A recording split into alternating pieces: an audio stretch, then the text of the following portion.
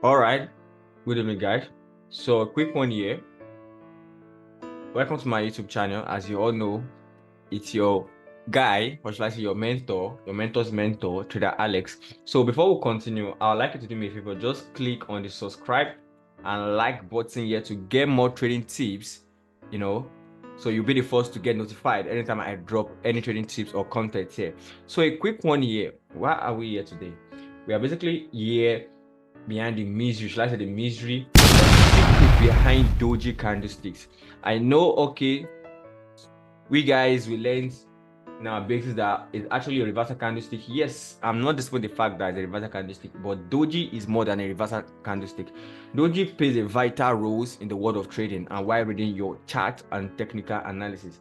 Now, so for instance, now when you spot a doji around your zone, maybe the demand zone or supply zone, definitely you feel like there's high tendency of the market trying to turn from either of the move to the opposite move, that is go from bearish to bullish. Do you understand? But I would like to tell you something today that, like, now trading is more than that. Like, doji is more than that.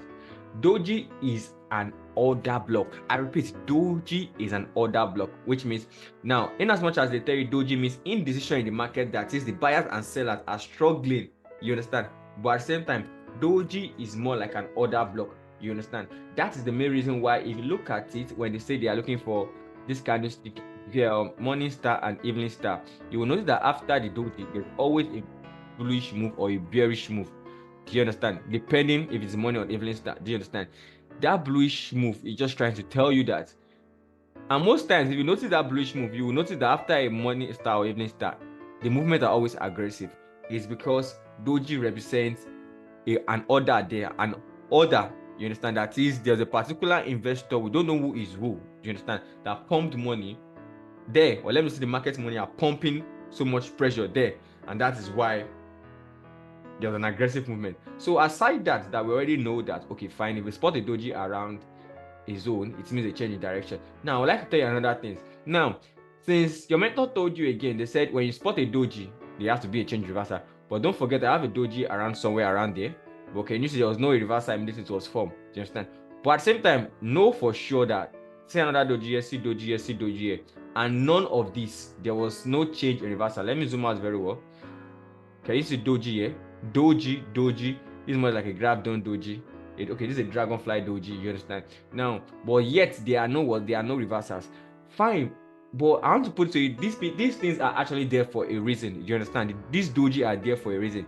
Now, don't forget I said it means doji means an order block. So now in this case, now what's expected is that the price of the market should come to this particular place where the doji is.